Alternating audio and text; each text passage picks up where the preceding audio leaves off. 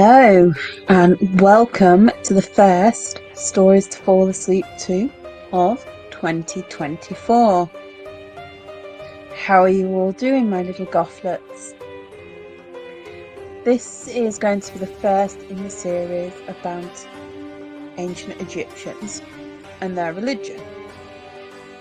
So, as always, grab a drink, find a nice chair, get comfortable, relax, and enjoy this week's offerings.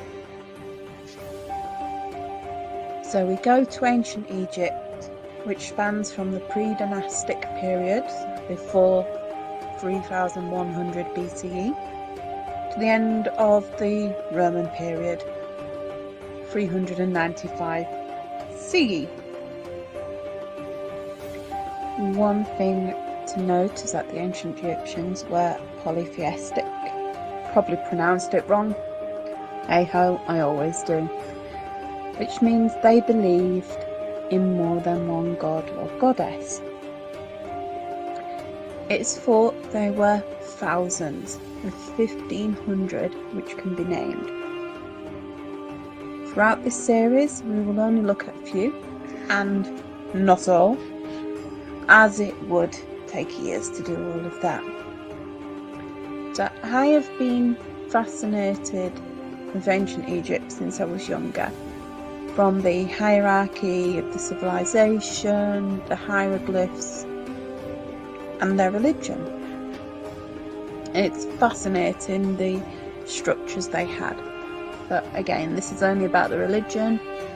We might briefly touch on some of the other things, but won't go into great detail. The ancient Egyptian religion, it was forever evolving as the civilization evolved. In the religion, gods and goddesses also changed depending on the region in Egypt where you were. Families may also have their own gods, goddesses, which could explain the sheer volume of deities they had. The religion was all-consuming.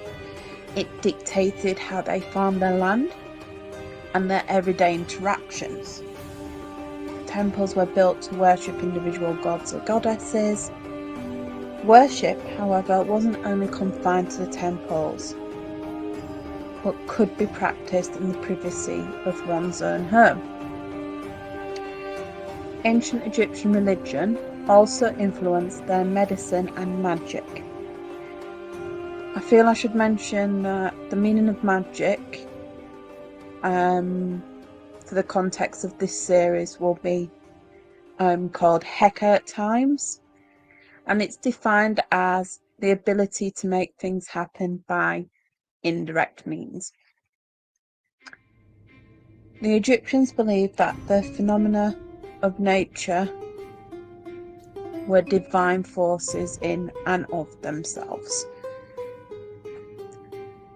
I have found that the founding principle of the Egyptian religion involves Ma'at. These were also the foundations of Egyptian society, hence why we can now begin to understand why it was all-consuming. Ma'at became a goddess, but was originally the concept of principles, which were balance, harmony, order, justice, morality, righteousness, and truth. This is what is believed to be the fundamental order of the universe. I have found a website which explains this concept more elegantly than I can, and here's a quote off the website. The Egyptians believed strongly that every individual was responsible for his or her own life, and that life should be lived with other people and the earth in mind. In the same way that the gods cared for humanity, so should humans care for each other and the earth which they have been provided with. This philosophy is evident in every aspect of Egyptian culture, from the way they constructed their cities to the balance and symmetry of their temples and monuments.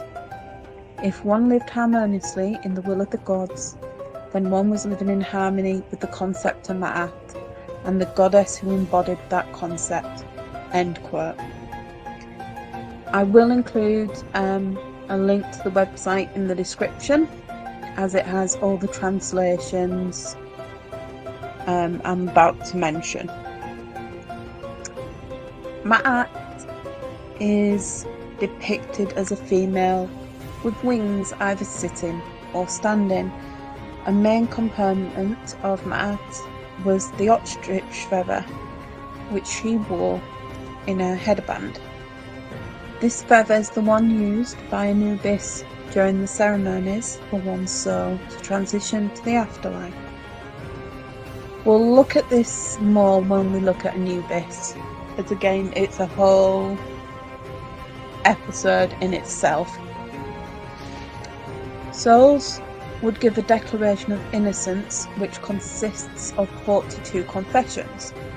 These confessions would be given according to the principles of Ma'at. I've managed to find the modern translation of all these principles, which is on the website I've mentioned.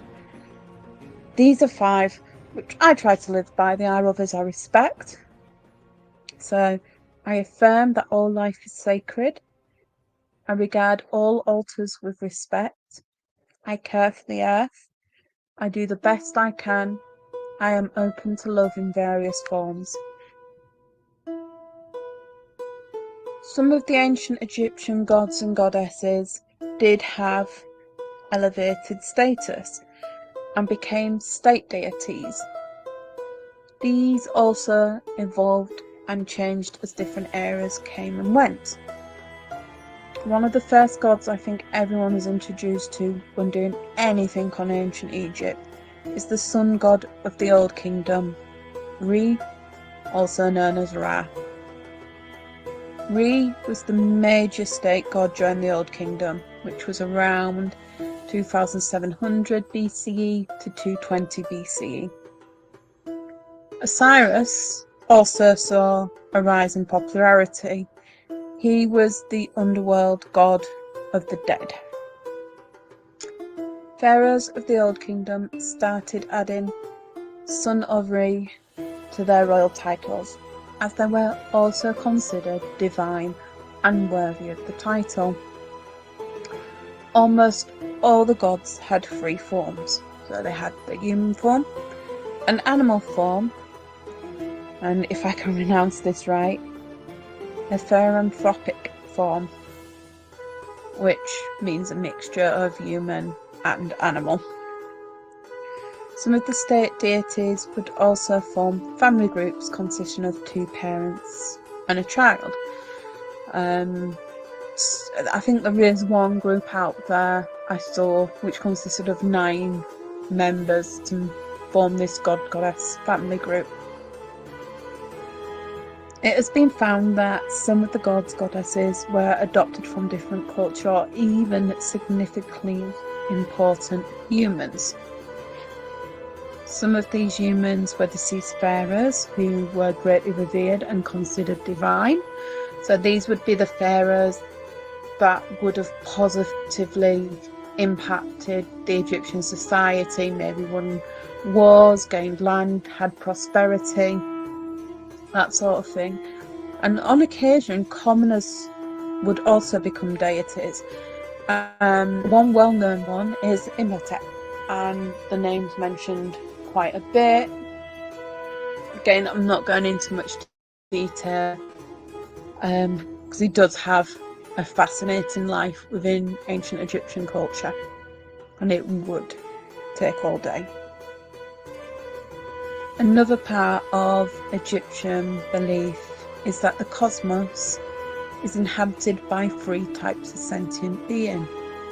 You have the gods and goddesses, you have the deceased spirits of humans, and you have the living humans. The spirits of deceased humans were believed to exist in the divine realm and had many of the goddesses' abilities. So when you was deceased, you went to this realm and you gained some of these abilities that the gods had. The most important human, as you probably guessed, was the pharaoh, who bridged the human realm and the divine realm. He was able to be in contact with both. So this leads us onto the pharaohs. Many Egyptians did view the pharaoh as a divine force, but accepted he was human and subject to human weakness, which I think is really quite intelligent to do. They didn't hold him up on too high a standard or pedestal. They kept it real. The pharaoh also had the responsibility to uphold Maat. As we said before, not only did she become a goddess, but it was a concept. The pharaoh had to maintain harmony and justice in human society and oversee all state religious activity. These roles of the pharaoh did decline in the late New Kingdom, but we'll get to that. So pharaohs pretty much like the Pur mixed with a monarchy. He's kind of got the rule and the religious aspect, and to make sure everyone, lives by the religious aspect as he rules. The age of the Middle Kingdom of Egypt, which is also known as the period of reunification, spans 2040 to 1782 BCE. So it's still way back thousands of years.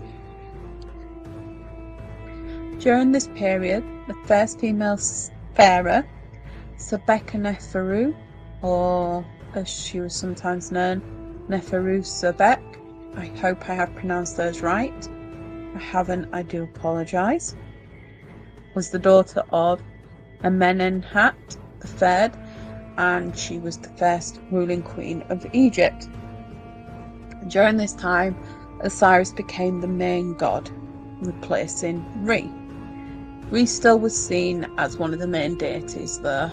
He didn't go down the ladder per se, he just was moved along a little bit. Several religious shifts happened when the Egyptians entered the phase of the New Kingdom, and that was 1550 to 1070 BCE. So one noticeable event was the temporary conversion to monotheism. So that means just one single god or goddess. And most people know this story, and this happened when Akhenaten came to the throne. He abolished the worship of all other gods and goddesses in favour of the sun disk god Aten, which obviously was taken from his name. And you can find out an awful lot about this. It's quite a dark period with a lot of temples abolished, and capitals really moved instead of just moving down a bit down the Nile. A lot went on. The religion became known as Atenism. I did find a piece which disputes Akhenaten's being monotheistic and that he was a practitioner of henotheism. A lot of big words here. So he didn't deny other gods or goddesses existed, but he only worshipped one and preferred people to only worship one. When Akhenaten's successor came to the throne, they reinstated back to Egypt's traditional religion. Then came the mass erasing of Akhenaten, as he was seen as a heretic. But as I mentioned earlier, that's a whole different podcast. During this phase of history in Egypt and going forward, oracles became the norm to ask the gods or goddesses for knowledge and guidance. Everyone was able to ask the oracles questions, including common people and pharaohs. One method of communication involved consulting statues through which a priest apparently spoke. This gave the priest great influence. as they could interpret the gods, goddesses' messages however they felt necessary. I can see by researching that the power shifted from the pharaohs to the priests, much like any modern religion, with the pharaoh being more of a figurehead, although they did still hold quite a bit of power. I've mentioned Ma'at in this podcast, but I haven't mentioned the Egyptian creation myth. It's short and sweet and somewhat close to our own modern understanding of the universe. So the earth came forth as a dry space in the primordial ocean of chaos. Re, the sun god, emerged upon the first rising of the sun, as the sun is essential to life on earth. There are different forms of this myth. As I previously mentioned, the Egyptian religion evolved over time. That's basically it. The Egyptians had many myths. The stories weren't always wrote down in full, but main themes and scenes would be depicted in pictures and hieroglyphs. The knowledge of these myths is mainly derived from their hymns. The hymns are not as we traditionally know them, but are more like poems with verse. There's also the magic text, the Heka on papyri, which would describe the actions relating to the gods or goddesses and specific mystical events. I think the funeral practices, I feel were all fairly common with some of the things the Egyptians did. But again, we will go into more of that in another podcast, because this is the first of a series. The myths did end up getting wrote down during the later years of Egyptian history, notably a Greek philosopher and historian called Plutarch. I hope I pronounced that right. He kind of decided to start documenting everything. I'm going to mention one more myth, which is believed to be the most important after the creation myth, and that is the Osiris myth. I will be doing a separate episode on Osiris, so we'll go into more detail about him with that. The myth starts with Osiris being murdered by his brother Set. He was murdered due to Set's jealousy. Set is often associated with chaos. Just absolute, think Pandora, chaos. All is not lost, as Osiris's wife and sister, Isis, resurrects him.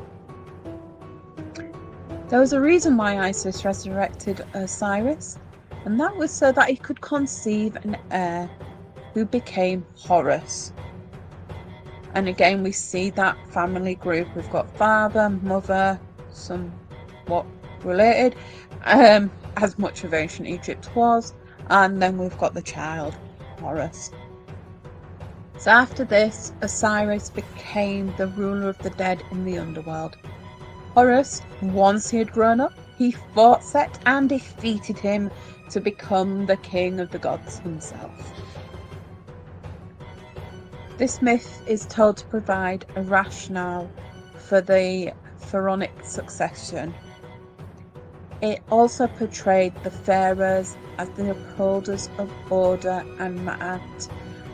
This is due to Set's association with chaos and Osiris and Horus as the rightful rulers. So the myth showed that even though evil, in a sense, Set destroyed the good, Osiris, that good will rise again, will bring forth new life, and that new life will come to power and balance will be restored. Osiris's death and rebirth were related to the Egyptian agricultural cycle, which grew in the wake of the Nile flooding and covering the nearby land to make it fertile. So much like pagan religions where they have the moon cycles and they celebrate midsummer, midwinter. The Egyptians had something similar and celebrated round the god cycle of life and when the Nile would prove fertile land. So very much in tune with the world around them and making sense of it how they knew. And this provided a template for the resurrection of human souls after death. So it was all linked in together. The ancient Egyptian religion had very elaborate beliefs, and this was due to the belief that humans possessed a ka, or a life force, and ka here is spelled K-A. This would leave your body at the moment of death. Whilst you were still alive, the ka would get sustenance from food and drink. For the ka to survive after death, it was thought that the ka still needed to receive offerings of food and drink, whose spiritual essence it could still consume. So it basically meant you still needed to offer its food, and like the humans had the ka, food and drink had its own spiritual essence, and that's what the ka would consume. So not the actual food, but the essence of it. So there's a little bit of a side note here, and this is one of the reasons I really did find ancient Egypt fascinating. So I was in primary school learning about ancient Egypt, and a teacher mentioned a car manufacturer releasing a car called the Ka. So I released a K-A, Ka. And the teacher explained how that the manufacturer got the name from ancient Egypt and used it to mean as a protector. So in essence, the car was safe. The body of the car kept the human safe inside. And I just found it fascinating that the aspects of ancient Egypt were getting recycled and used in the modern day. Granted, it was a great bit of marketing. There was more explained, but I can't remember it all. That bit just stuck with me. But back to this now. So each human also had a set of unique spiritual characteristics called a ba, B-A. This remained attached to the body after death. The elaborate funeral rituals were intended to release the ba from the body so it could rejoin with the ka and it could live on as an ankh.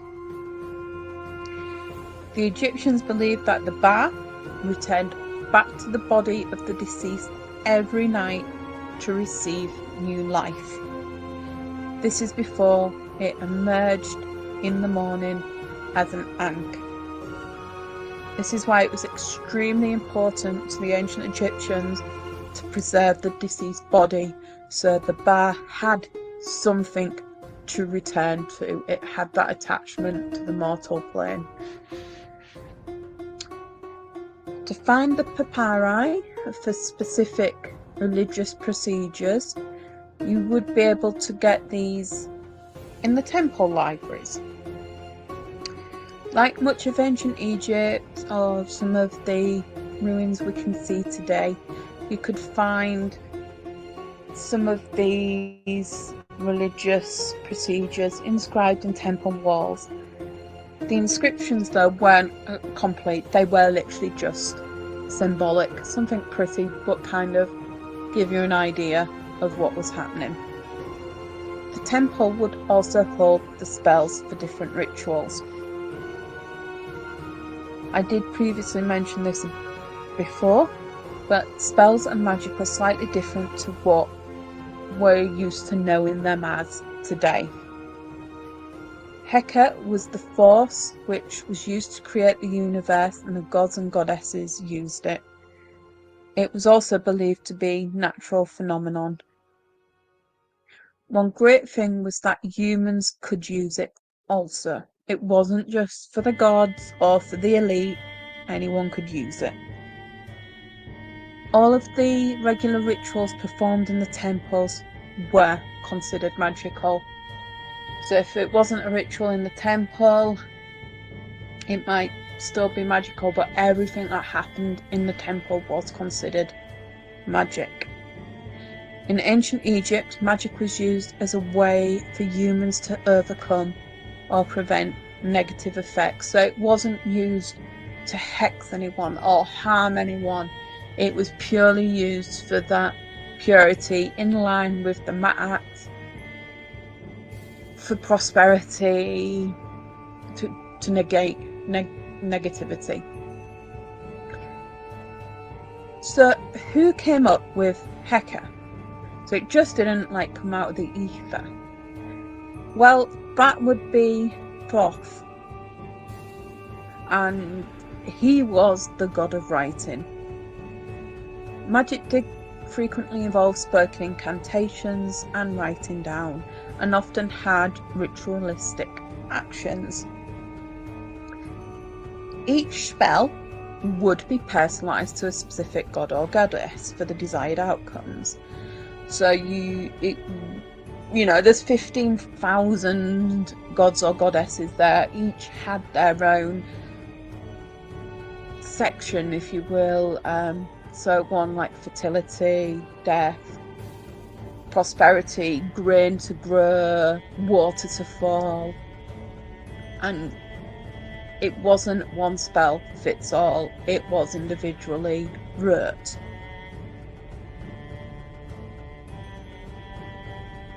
So Egyptians also believed Heka could be imbued in objects and amulets, and many Egyptians did wear protective amulets. I'm not going into great detail, but there was also, we describe them as cults. So different parts of Egypt, people would see one of the gods as their main god for one set area. So if you lived on the Nile, there would be a god of the Nile who was primary to you, who dictated everything you did. If you lived inland, it might be the god of the sky, that you relied on the most, just as an example. So you'll hear mention of cults, and it basically just means a set group of people worshipping one god more than the others, but they still worship all the other gods. So we're going to move on now to the decline of the Egyptian religion. There's a lot of political upheaval, and I'm not going to mention it all. Again, it's massive and complex happening, and the importance of the pharaoh was also declining at the same time. A lot of political upheaval was happening, and the importance of the pharaoh was declining. And I'm not going to mention much more on this because it was extremely complex. It didn't just happen overnight. Again, it's a whole nother podcast. The citizens started to lean on their religion more, and Isis, his popularity grew as she was the goddess of protection, magic, and personal salvation. So it makes sense, there's all these invading forces, there's armies, there's wars, there's a lot going on. So you want that goddess that is going to protect you, to see you through this. Egypt became a Hellenistic, so that's the spread of Greek culture, kingdom under the Ptolemaic dynasty. This was around 305 to 30 BCE. The Greek ruling class started to identify the Egyptian goddesses with their own. Out of this, a new god emerged. There was many, but we'll mention this one, called Serapis. And Serapis was a combination of Osiris, Apis, and the characteristics of Greek deities. So it's nice to see them merging together. Christianity started to spread to Egypt due to those pesky Romans invading everywhere and taking over. Christian missionaries also started to erode the traditional beliefs. Procopius, I hope I pronounced that right, a 6th century historian, documented that the last temple in Phlamai was officially closed down in 557 AD. This was ordered by Emperor Justinian I. In the 1970s, neo-paganism had a revival and Kemetism came into being. So although not the original religion, it is nice to see the ancient religion hasn't fully died out, and there is a choice should you feel that this is your calling. There's plenty of spiritual teachings and religions around the world, and I do encourage people, if they're not content or don't feel happy with the religion they follow, have a look at other religions. You might find something that suits your spiritual needs. Alas, if you don't feel any is going to, fine being an atheist. I have no problem with it. My personal belief, I did feel a pull to the Ka concept, and it wasn't to the full ancient Egyptian religion, it was just that concept, although I do like some of the aspects of different gods for different things. So I understand that everything has energy, so in this concept, Ka. And this is part of the science geeky in me, and that energy has to go somewhere, and that's the universe. Energy just doesn't disappear, it gets transferred, whatever. I also believe that this energy can be stored or passed on, kind of think reincarnation, that sort of thing. And my belief is this is why some people see ghosts or spectres, because some people are more susceptible to sensing this energy, this Ka, as the ancient Egyptians put it, that, when you're deceased, that energy from that body goes somewhere. Right, so please don't come after me for my beliefs. They're my beliefs. If you feel the same, great. Always hit me up for a conversation. I'm willing to discuss it. If you don't, no hate to anyone. So, that is the end. If you've made it this far, thank you so much for listening to me rant on. There is more ranting coming. I appreciate all the support we do get over at Dead Chatty. So next week, I've already decided that we will be doing the podcast about Ria Ra. May as well start with the main guy. So if you have liked this, please like, subscribe, and check out our social media for Dead Chatty. As I mentioned earlier, links will be in the description if you want to check out the other content we do. So we do history with Morgana. We do a bit of Gothic history over there. We do interviews with bands. These are written. We are looking at doing video ones. That's still a work in progress due to technical issues. And we do also have another podcast coming very soon called Trust Me, I'm a Goth, which is going to be fun. And we do have other spooky stuff, Gothic stuff, and that's on Facebook, TikTok, Instagram. We're all over it. We do different things on different platforms. So that is it for now, my Gothletts. Again, thank you so much, and good night.